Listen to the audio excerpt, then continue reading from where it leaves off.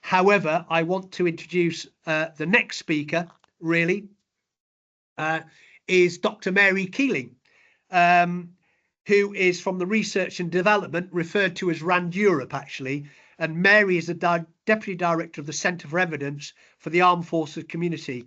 And Mary has been leading research into military health since 2010, with a focus on the psychological impact of service on personnel and families. Mary, over to you.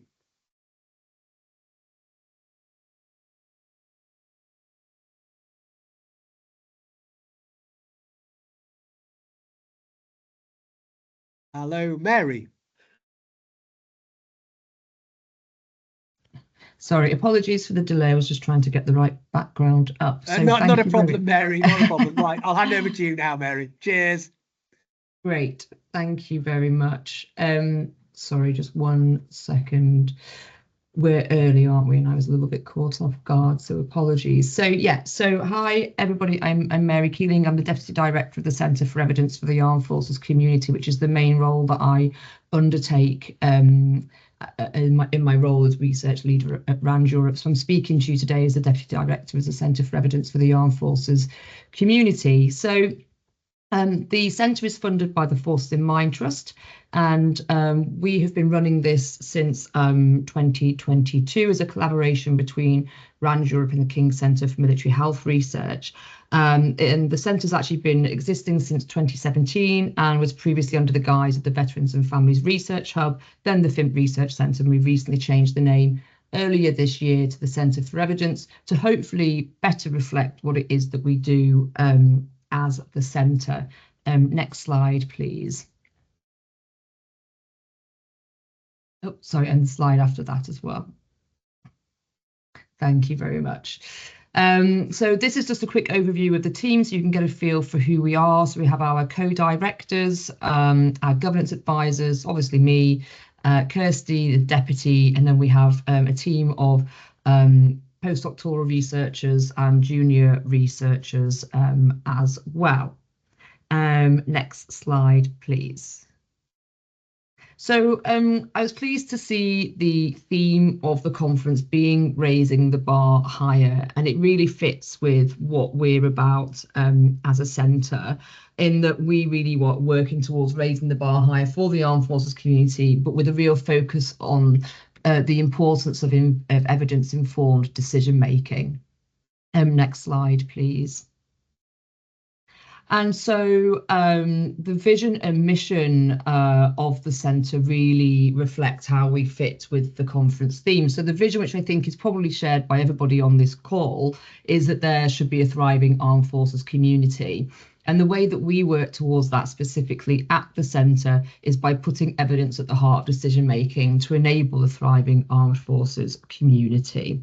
There's two parts for how we work towards doing that. The first is providing the evidence, and the second is around connecting and equipping all to use that evidence. Next slide, please. Oh, I think my slides were changed and the background was changed, so you can't see the text because I actually have a lot of white text on what was previously a black background, so apologies, these slides might appear a little bit funky. So firstly, talking about providing the evidence. So we do this via various mechanisms. Some of the big ones of that, and most of this is through our website, and you'll see I've put QR codes on some of these slides. So if you want to navigate to the website, if you're not already familiar to it, you can use the QR codes to do so. So we have an online repository of research evidence. So as you can see from the little video here, this is searchable by keywords, country, theme, authors, and the type of resource that's available. We update this every month by doing a thorough search of the international literature, and then we update all new recently published research papers, whether that be journal articles, grey literature, and also policy documents into this, with an average of about 200 new papers being added to the repository each month. And so this is, if you want to go to the source of evidence, this is where you can go and search it and find it. Next slide, please. However, we know that not everybody has the time to be going to original research papers or the capacity or knowledge in terms of how to sort of read, digest and use those. And so we also do things to take the existing research evidence and provide it in more digestible and easy to use formats.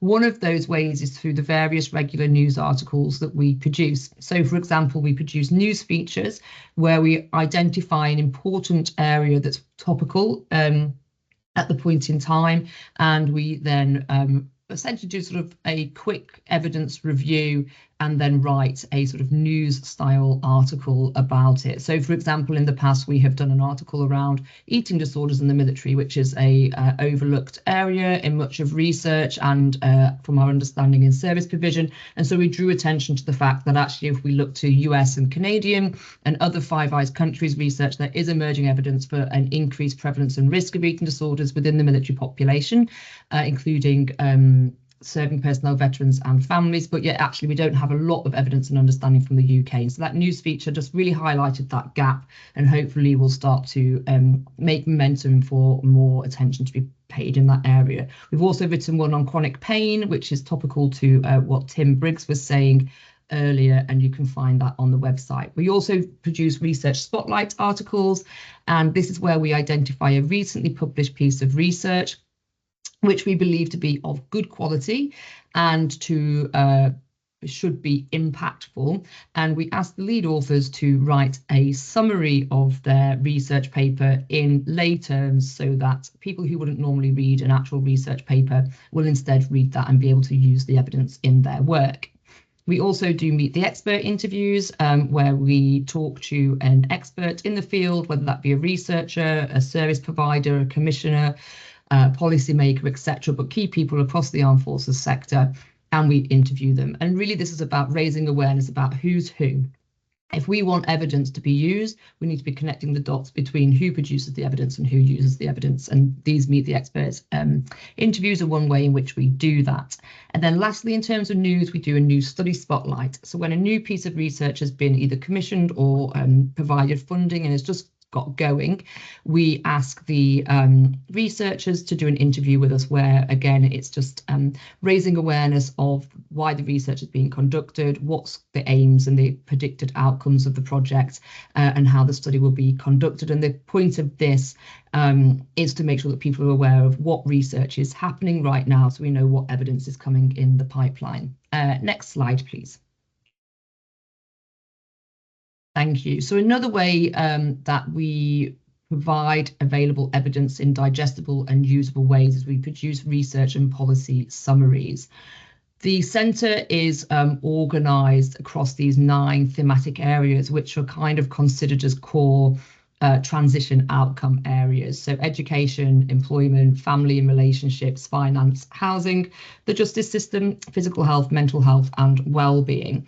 To date, we have produced these summaries for the justice system, for post-service employment and on post-service housing, and we're currently producing them on finance. These take us a little bit longer than the news features because they follow a very robust systematic literature review process where we review all existing research evidence that's UK-centric on each of these thematic areas. We read it, we digest it, and then we write it in a lay summary. So we do all the sort of hard work so you guys don't have to. And then we do the same for policy, and this includes doing stakeholder interviews as well, so we can understand what is the current policy that exists across these different areas, what evaluations have happened of existing services and what existing services exist. Thank you. Next slide, please. The other way that we provide evidence, and this also sort of tips over into the connecting as well, is that we have an annual conference. This is happening in May next year in London. And at the conference, the idea is to bring together people from across the sector to share recent research evidence, but also to provide space for people to meet and connect. And hopefully this might lead to future collaborations and more joined up working, as well as providing the evidence. Next slide, please. So that's meant to say connecting and equipping. So next slide, please. So now moving on to the things that we do, which are around how we connect and equip people to use the evidence. So one of the key things here is that we provide some research directories. Essentially, it's a who's who and a who is doing what across the UK in research. So the ongoing research page is a list of, or a searchable directory instead, in fact it's more than a list, of what research is currently being conducted in the UK with the armed forces community. You can search that by theme, by method and by keyword. So if you're interested in what evidence is in the pipeline, or if you're thinking about doing some research and you want to know what's currently happening, you can go and search on there and find out what research is happening. The research community page is a directory of researchers in the field. So if you're looking for an expert in a particular area, for whatever reason, whether to collaborate or to seek information on a particular area, you can go on the research community page, and you can also search that by thematic area. Next slide, please. Thank you. So the next thing is that we produce resources. This is a growing body of resources and documents which aim to equip people with a greater understanding of evidence and how to use it, essentially. So, and also it's for researchers as well as it is for non-researchers. So far we have produced an article which provides a method around how we update our repository, just to give full transparency about the robust process that we use to update the repository, so you can be assured that it's a useful and comprehensive resource. We've also created a resource of more targeted researchers, but also commissioners of research, but also, I mean, more widely than that, but it's a guidance for how to conduct inclusive and equitable research. And we recently published a research jargon buster as well, so to help people understand terms that academics and researchers we just throw around, but actually forgetting that not everybody understands what we're talking about. So we hope that that's a useful resource for people. And we're adding and growing to this list of resources regularly. Next slide, please. And then the last thing in terms of connecting and equipping is that we meet with people and we provide advice. We regularly meet with these organisations that are listed, and also many others, the Devolved Nations commissioners, smaller and larger organisations, and we meet to make sure we're all up to date on what each other are doing, sharing ideas, and make sure that we're joining up and working collaboratively. But also we provide advice, whether that be to organisations or individuals. So for example, people who are conducting research, if they're having difficulties recruiting participants, we can provide advice in how to approach that. Or if people want to understand, maybe they want to partner with somebody to do some research, we can suggest people to partner with and make connections. If people are interested in understanding research gaps, we can have conversations about that, and just generally anything to do with research as it relates, research and evidence as it relates to the armed forces community. The one thing that I've not mentioned, and I forgot to add the slide in, is that we also do our own primary research, and we've actually just completed a piece of research which is looking at the perceived benefits of service, and we're releasing the results of that next week. And so we identified a gap in existing research, was that whilst we focus a lot of our research around understanding the challenges and how to support those challenges, we kind of know less about what are actually the benefits of having served, which is also important for us to know. And so yes, next week we'll be releasing the results from that important research, so stay tuned. Next slide, please. I don't know. Oh, you can see it. Oh, good. So these are the various ways that you can get in touch and connect with us. So the website is where we have most of our outputs. You can sign up to our monthly newsletter. You can email us about anything to do with research, evidence in the armed forces, and you can follow us on LinkedIn. So thank you very much. That's all from me. Great, Mary. No, thank you very much. Really insightful. And, you know, that term about evidence-based decision making is absolutely critical to going forward.